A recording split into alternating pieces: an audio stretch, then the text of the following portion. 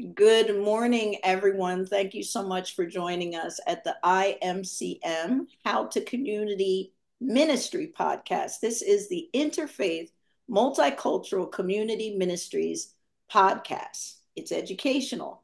This morning we have our September guest, and it is Chaplain Keris Dahlkamp. Good morning to you, Keris.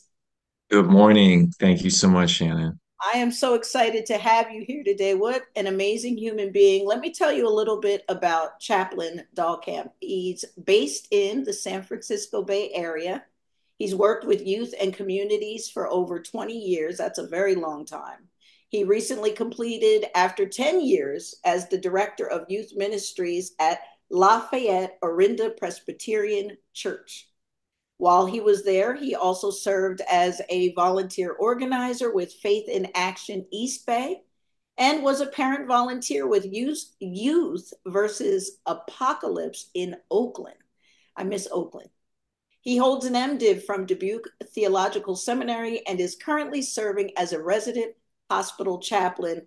And fantastically, he's currently working toward the ordination process within the United Church of Christ tradition. On his off time, he loves to spend time with his beautiful family and also loves to go for open water swims. I'm so Yes. thankful and glad that you shared what it is you love to do, because that's usually a question I ask. It's already covered. Thank you so much for joining us this morning. We have a couple topics to get through today with regard to chaplaincy, some conversation about white silence, what that definition is for you, and just seeing what it is you can advise for our small faith communities, helping us to grow, right? First, though, as mentioned in your bio, you've got your MDiv from Dubuque, you're working in chaplaincy. I need to ask you, beginning of your journey, your initial call, what inspired you to focus your ministry on, as we discussed in previous conversation, social justice? And how has your journey shaped your approach to ministry? First of all, Shannon, I just want to say thank you so much. It's an honor to be here and to be asked to be on this program. And yeah, I just really appreciate you for that. And I think initially it started when I was younger, much younger. My parents divorced, and my mother remarried a Mexican man. And we were just a multicultural family from the very beginning. Um, and I think that that helped shape how I perceived the world and what I started to see in terms of the gaps of privilege that exist in our world, and the gaps of perspective, and maybe the things that are missed or assumed, and biases that are created. So that was very helpful for me growing up. I think one of the most formative experiences initially was when I was in my 20s. I went to Guatemala and served in a school orphanage type of environment. And I have to say, when I went there, I was very zealous, very excited to be there. And I started to notice, I stayed there for several months, but I started to notice that I wasn't connecting with a lot of the children in the way that I had hoped.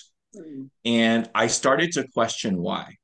And I think that while the service that I was doing was needed in some respect, I don't know if I was the best person to be doing it. And I also, as I look back, I start to say, well, was I actually being somewhat harmful? Was I just another white face coming in and going shortly thereafter? And it started to have me take a look at this idea of this idea of charity versus justice, right? And the difference and the gap that exists.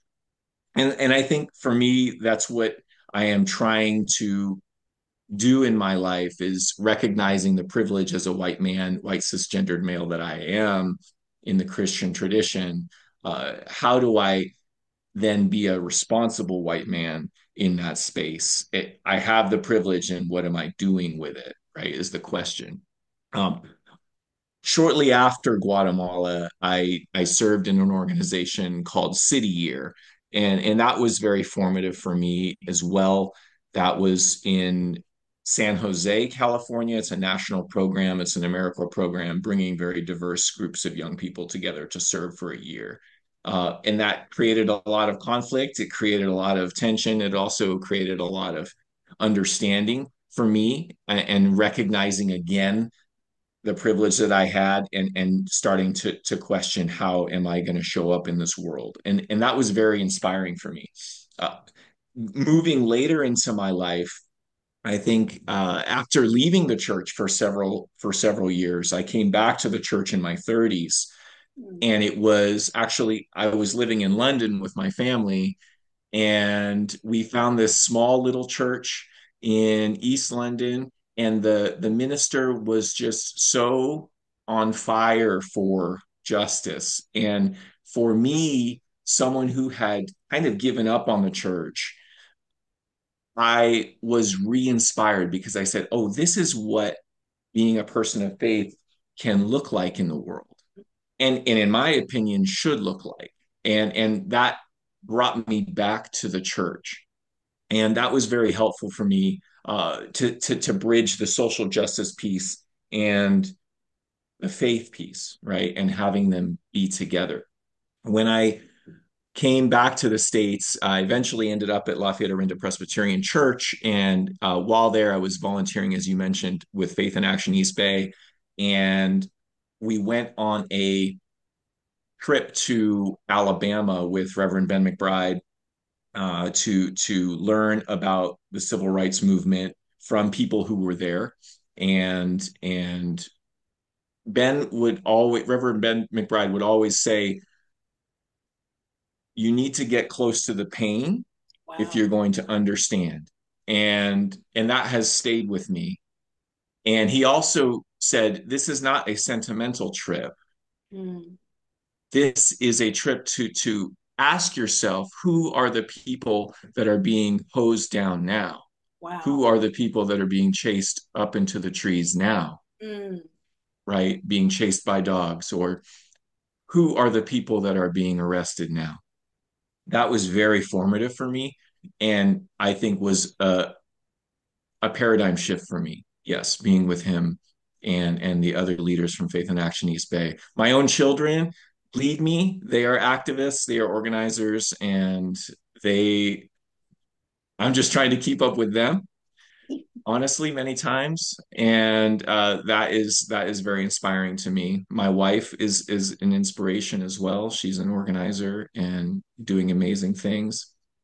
I have family members and people I love very much in the LGBTQ community, and so it's very personal for me, and very much a part of my family.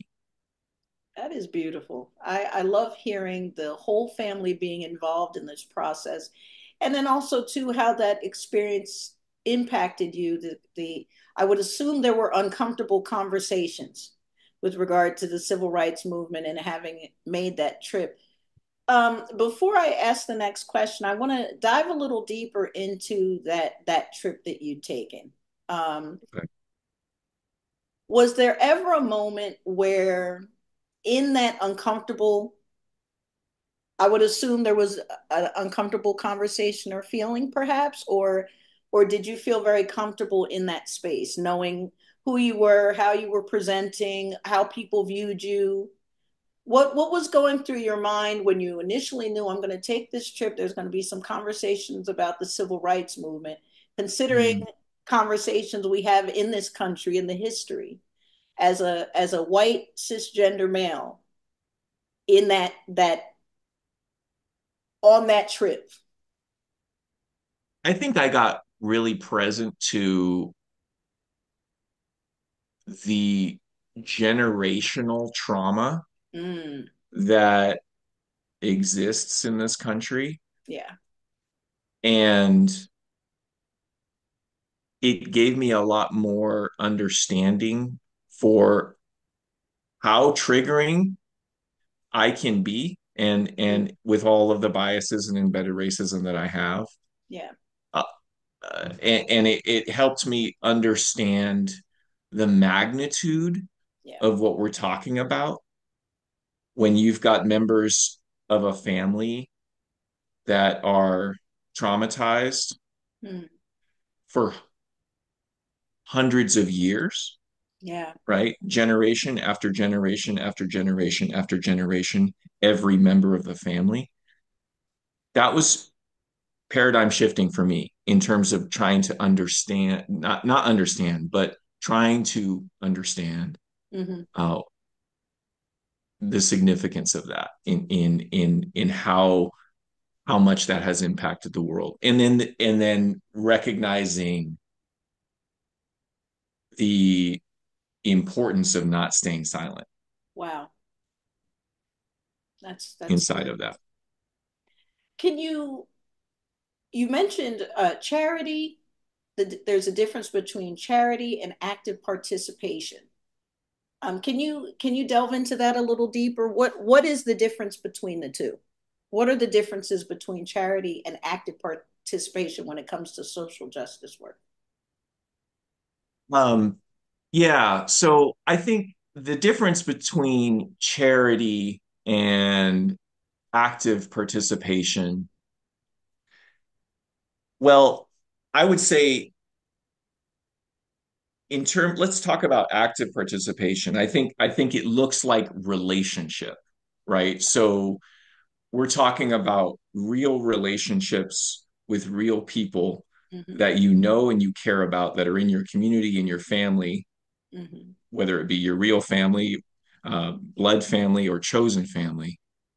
And I think it also looks like moving at the speed of trust, which is something that I learned at Faith in Action East Bay a lot in terms of we can't come into a situation and bulldoze the situation. Hmm. Speaking as white people, that's what I'm when I say we. Uh, you know, we have to be very careful if we're going into that space like that. And I think also it looks like listening to impacted and frontline communities in terms of the solutions and the demands that they have, because they know what they need, because they are experiencing the marginalization, Yeah. right? So I think that's a difference between charity, where charity is coming in and saying, this is what I'm going to give you. Maybe there's no listening.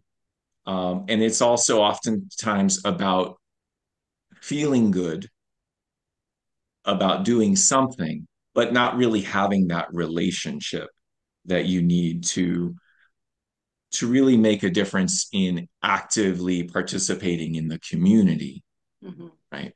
And I think then when you actively participate in the community, you are having and establishing and generating genuine concern for siblings in that community, in your life.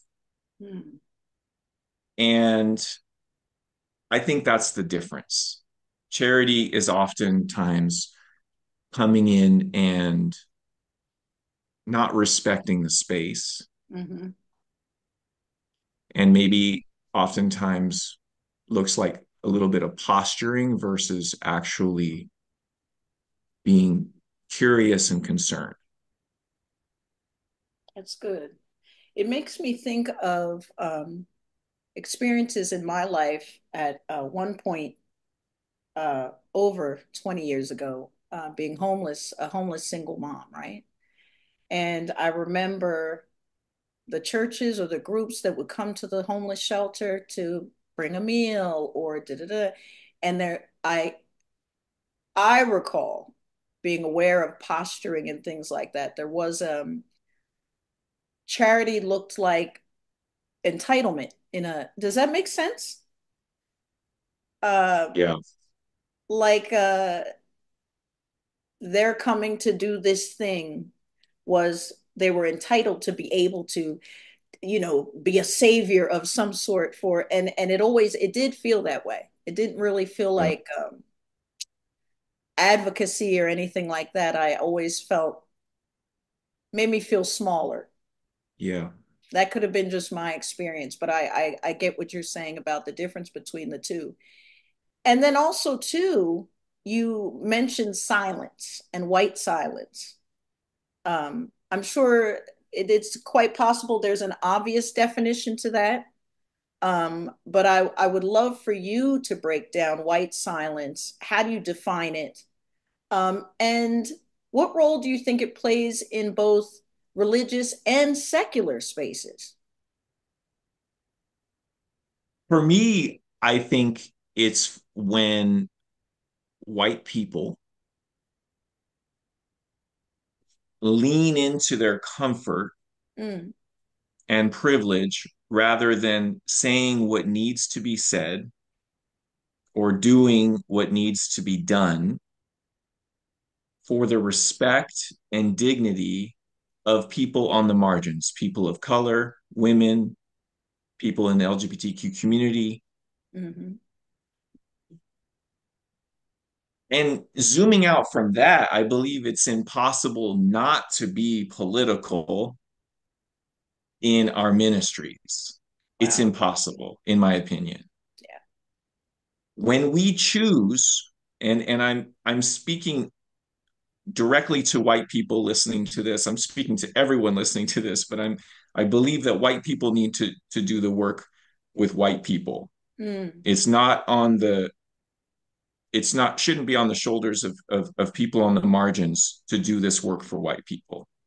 So please understand that when I'm saying we, I'm that's what I'm speaking to the white people here right now mhm. in this moment.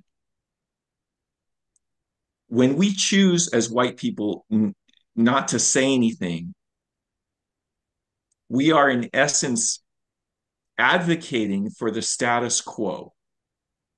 And the status quo hurts a lot of people Mm, in a lot of ways. So we cannot, uh, white people cannot be saying that we won't get involved in politics or we won't mix our church with the political arena, the social arena, if you will, because we already are. wow. And I think that goes into the secular community as well. Mm, When we are silent, we are basically saying the way things are is the way that we want to keep them. And it's comfortable for us as white people, mm, and that's enough. And it's not.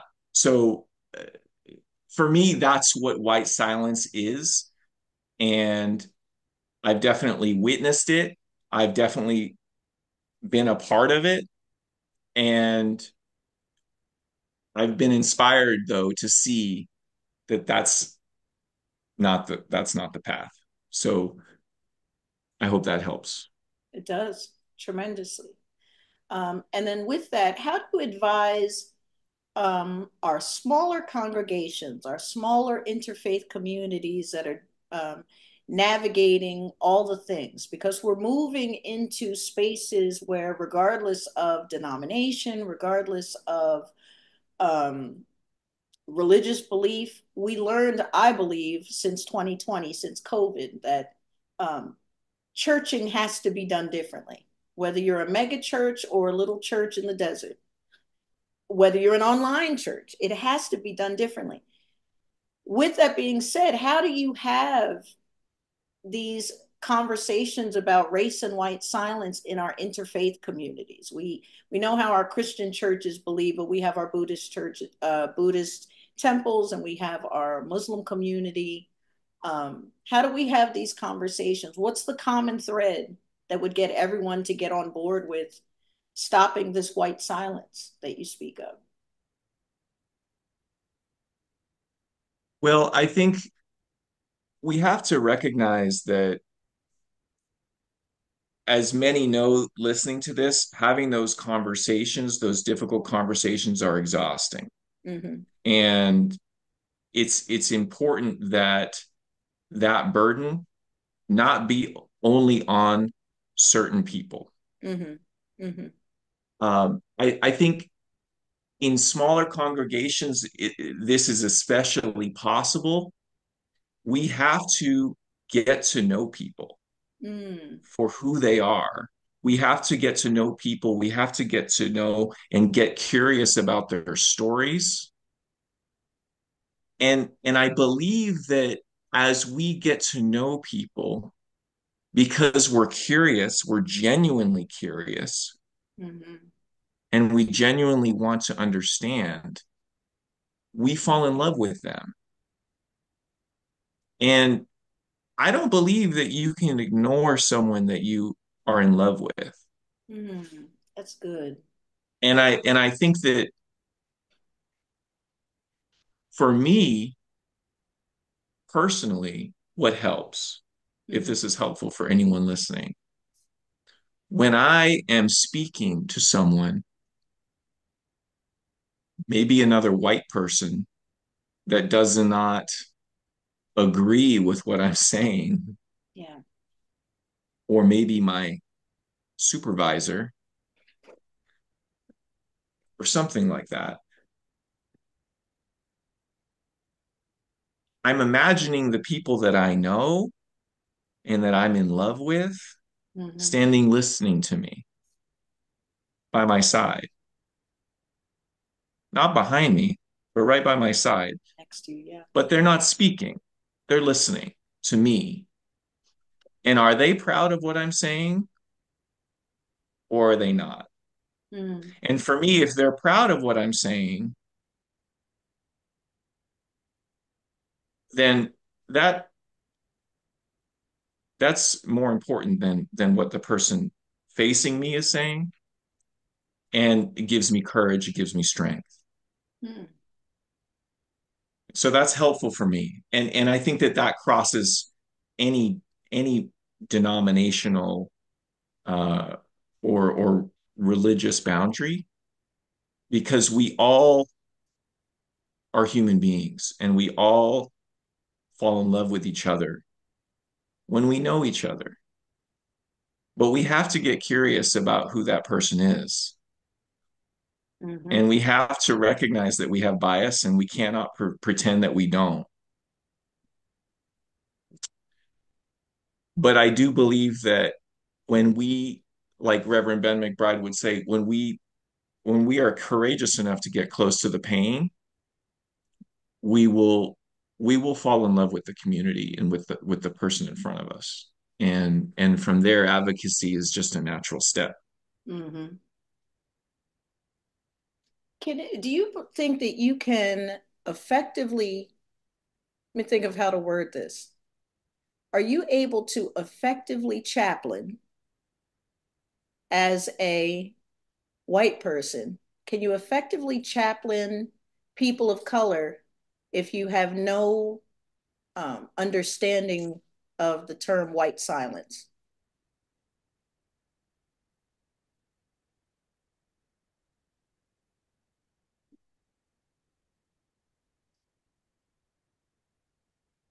I don't think so. I, well, I think the knowledge of white silence is always expanding, or the knowledge of the impact is always expanding if we're curious about it. I don't think that we have to know the full extent of it. I certainly don't. Um, but I think it's impossible. It's very difficult to minister to someone if we're not curious about that and if we're not actively engaging in that, because that's a choice too. Mm-hmm. Mm-hmm. Yeah. Interesting.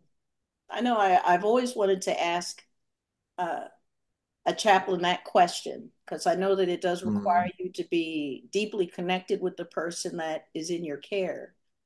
Um, we all have biases and things like that in different ways. And I just wanted to know how it would impact. So thank you for explaining that. Thank you also for defining white silence and what that looks like.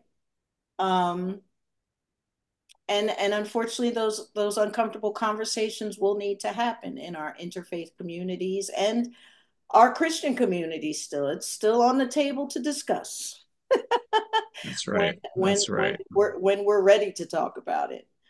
What are some ways that, again, talking about chaplaincy, what are some ways in which chaplains can support individuals and communities affected by systemic injustices, such as racism, economic inequality, or discrimination?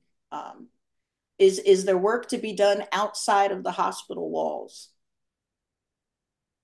Absolutely. I think that, the work of a chaplain is basically being interested and listening, and then providing spiritual care for someone who is affected by a life event, a trauma, Mm, and that work can translate into the social environment, and should, I believe. And I know that there is a rising work of community chaplaincy, frontline chaplaincy, right? Advocacy, providing chaplaincy for people on the front lines doing that advocacy work, and then joining them alongside. I think it's very important. And it's chaplaincy, I think is just being with people, mm, right? Being with people in their pain and in their joy. It's not only pain. And so I think that it's something that can and should go outside the hospital, absolutely. And chaplaincy for me, anyone that is thinking about going into chaplaincy, it helps me to be, I believe, a better father, a better partner, a better advocate in the community, because I'm recognizing the biases that I have, and I'm working through them with my cohort. yeah, And yeah. I'm also recognizing what's working and what's not working in terms of how do I provide spiritual care for someone who may be very different from me. Hmm. And I'm doing that every day. So it's very helpful, and I think it's definitely needed in this community. Awesome, awesome. How do you yourself navigate the balance between offering spiritual care and engaging in activism? And is there a cost to that balance? Hmm. Yeah, I think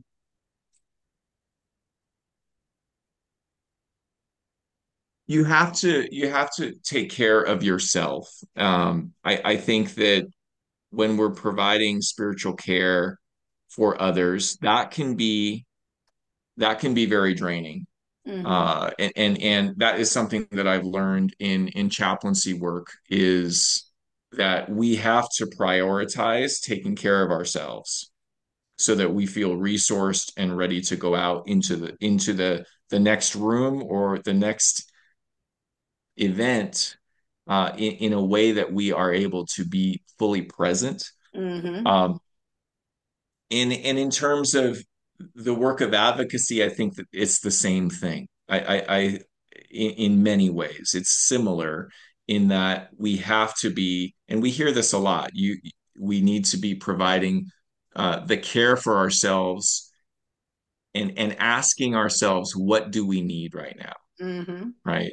Mm-hmm. And getting very comfortable with being a little bit selfish in terms of knowing what our limits are, and then and knowing and having practices that help sustain us so that we can move forward, because there's really nothing useful when we're just burning ourselves out and not taking care of ourselves, right? And so when I'm thinking spiritual care, I'm thinking about, am I providing myself spiritual care as well? Hmm. Because I cannot take care of someone else if I'm not taking care of myself. I'm a firm believer So in that. Yeah. it's and for those that are in activist spaces, in small church communities that are very active in the community, we have to be checking in with ourselves and checking in with others, and speaking up when we notice something that is happening in the other person, whether it be uh, a tension that's arising, because I think tensions can often break down the movement, internal tensions, and slow us down. So we have to slow down and take stock, take a body check, see what's happening in our bodies before we move forward. That's good. That's good. Do you mind if I pause this just for one moment? And then Yeah. I give me 1 second because I'm having some issue with the Wi-Fi. Okay. Okay. On. Thank you so much for that little glitch as I was working to figure out this Wi-Fi situation. We are back. We are back. Thank you so much for your patience. Um, I wanted to know, let's just say that we have some individuals who are listening who are, and this is coming out of the advocacy and all of that, but just the chaplaincy thing is very interesting to me because it's something that I'd considered in the past as well. What do we do for, or what can you advise for individuals who are trying to navigate? I'm going to go to seminary. Do I want to go for chaplaincy? Do I want to go for? What are the positives of pursuing chaplaincy as a career, and what are the real challenges with making that choice? And if you want to throw in information about life and work balance, that's fabulous. Okay. Okay, so I can start with the positives. I think that for me, in my experience, chaplaincy is incredibly fulfilling. It is for those of you who may be very empathetic, who feel a lot of compassion. By that I mean wanting to support and foster that support for someone to move through something that's very difficult. I think chaplaincy is an amazing opportunity, and and it's a very sacred space to be entering into, because when you're walking into that room or into that situation, where maybe someone is dying, or maybe someone's very sick, maybe a family member is very scared, and you're the one that's having that conversation with them. Mm. uh, it's a very deep privilege, and so that is something that I don't take lightly, and I love it. I love the interfaith aspect of it. That for me, that feels very aligned. I'm not going in there as a Christian. I'm not going in there as a Buddhist. I'm not going in there, you know, as anything other than Karis, listening to you and providing spiritual care in the way that you need, Wow. and being curious about what that is, and not asking a lot of questions, but maybe noticing more.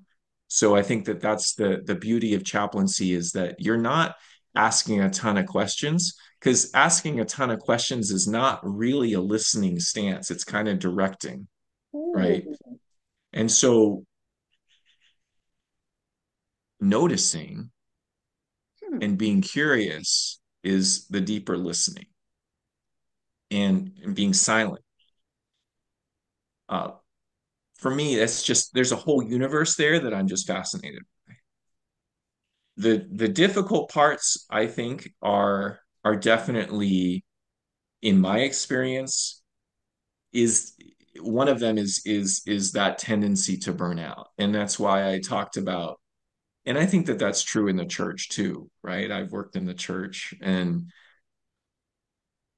our tendency as ministers or as faith leaders is to can often be to just keep pushing, keep being out there in front, keep speaking, It's true. and not doing that body check and checking in. What do I need right now? Yeah, that's good. And so that's a real thing. But I also feel like in my experience in the faith world, chaplains are the ones who really recognize the importance of self-care and really take it on.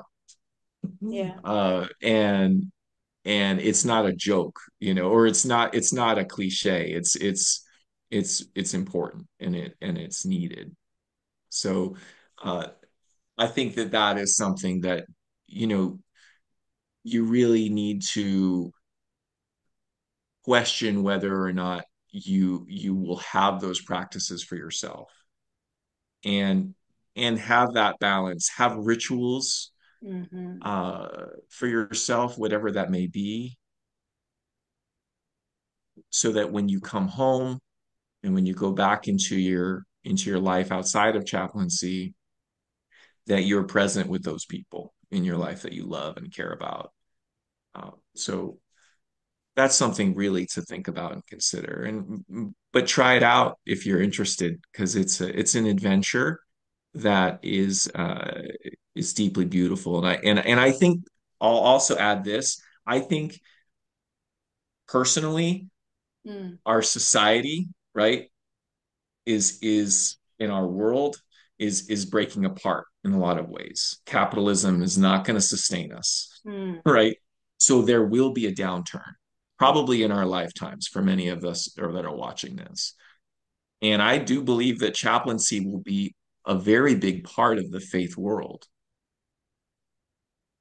And part of the reason that I'm a part of it is to train myself Mm. to be prepared to be in spaces that are much more difficult Wow. than what I'm seeing now, Wow. because we will see that.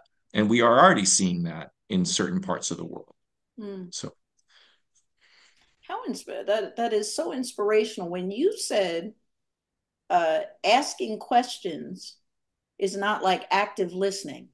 Asking someone the questions instead of just sitting and hearing their story without leading it, something about that resonated with me because I've never really thought of that before. Sometimes mm, I think even as being in a counseling role, a pastoral counseling kind of role, we're asking all of these questions.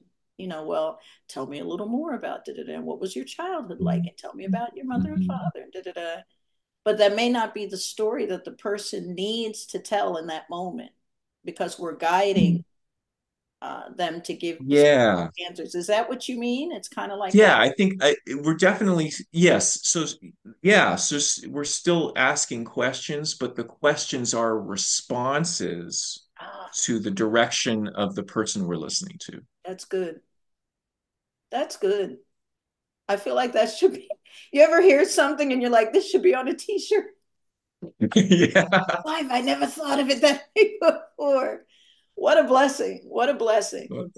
So that's good. So again, these conversations, realities about balancing life and being a minister, life and being a chaplain, life and being a social justice worker, the Mm. importance of that self-care so that we're not burning out. I don't know what generation began the being a minister and just always say yes. I don't know when that started, but if there's something that I've found profoundly healing has been the ability to say no, I can't, or I need to guard my energy, or I need to whatever that is. I need to go paint a picture.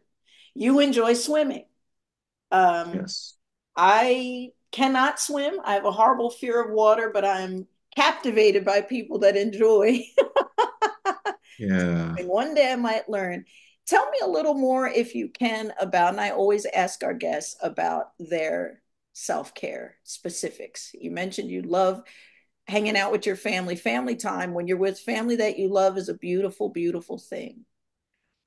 What do you do intentionally to care for Keris? Yeah. So Self-care is so important, as I've mentioned before. Uh, yes, swimming is one of those things which I recognize is a very segregated experience in this country. Um, and I have a lot of privilege to have access to that, or have had access to that. Being out in the ocean is and open lakes, open water swimming is one of my favorite things to do. So I swim here in the Berkeley Marina. I'm in the San Francisco Bay Area. So swim in the Berkeley Marina when I can handle it. And it it's an amazing experience. I was out there last weekend and the swells were just going up and down, and just being a part of that wild adventure of the ocean is something that I feel deeply connected, also a little terrified by. Hmm. But it's this real beautiful experience. Also swimming out in lakes, like I said.